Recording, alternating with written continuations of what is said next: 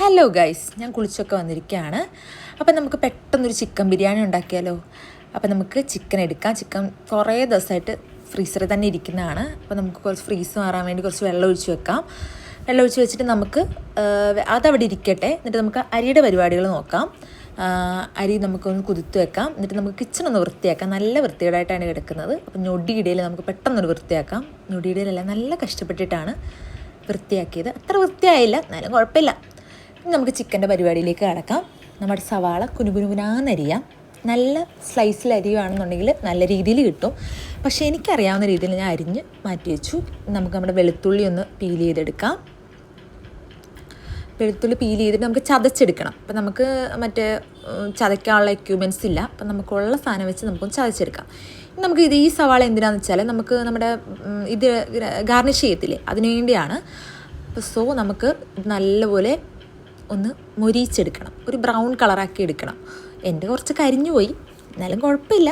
നമുക്ക് കുറച്ച് ഉപ്പിട്ടാൽ പെട്ടെന്ന് ഇതാക്കി കിട്ടും. ഞാൻ ഉപ്പിട്ടായിരുന്നു, ബട്ട് ഇതിനകത്ത് കാണിക്കാൻ പറ്റിയില്ല. കുറേ ക്ലിപ്പ് എൻ്റെ കയ്യിൽ നിന്ന് മിസ്സായിപ്പോയി. ഉള്ള ക്ലിപ്പ് വെച്ചാണ് ഞാൻ ഇത് തട്ടിക്കൂട്ടി ഒരു ഇതുണ്ടാക്കിയിരിക്കുന്നത്. അപ്പോൾ നമ്മുടെ ഇത് ബ്രൗൺ കളറായിട്ടുണ്ട്. ഇനി നമുക്ക് ഇത് മാറ്റി വെച്ചിട്ട് നമ്മുടെ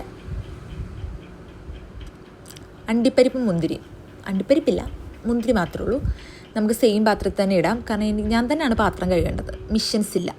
അപ്പം ഞാൻ തന്നെ പാത്രം കഴുകേണ്ടതുകൊണ്ട് നമുക്ക് സെയിം പാത്രത്തിൽ തന്നെ ഇടാം. ഇനി നമുക്ക് അരിയുടെ പരിപാടിയിലേക്ക് കടക്കാം. നിങ്ങൾക്കൊരു കാര്യം അറിയുമോ? ആദ്യം എൻ്റെ ഞാൻ ഇതിനു മുമ്പ് ഒരു അരി വേവിച്ചൊരു വീഡിയോ ഉണ്ട്. അത് നല്ല പായസം പരിപാടി. ഇത് രണ്ടാമത്തെ തവണ ആണ് ഇത് ഞാൻ വേവിച്ചെടുക്കുന്നത്. അപ്പോൾ അരി വേവിക്കാൻ വേണ്ടി വെച്ചു. എല്ലാവരും വെക്കുന്ന പോലെ തന്നെ വെച്ചു. ഇനി നമുക്ക് ചിക്കനകത്ത് ഒന്ന് നമുക്ക് പൊടികളൊക്കെ ഇട്ട് ഒന്ന് ജസ്റ്റ് ഒന്ന് മാറ്റി വെക്കാം. കുറേ സമയമില്ല ചിക്കനകത്ത് മാറ്റി വെക്കാൻ വേണ്ടി. ഉള്ള സമയത്ത് കുറച്ച് മാറ്റി വെക്കാം.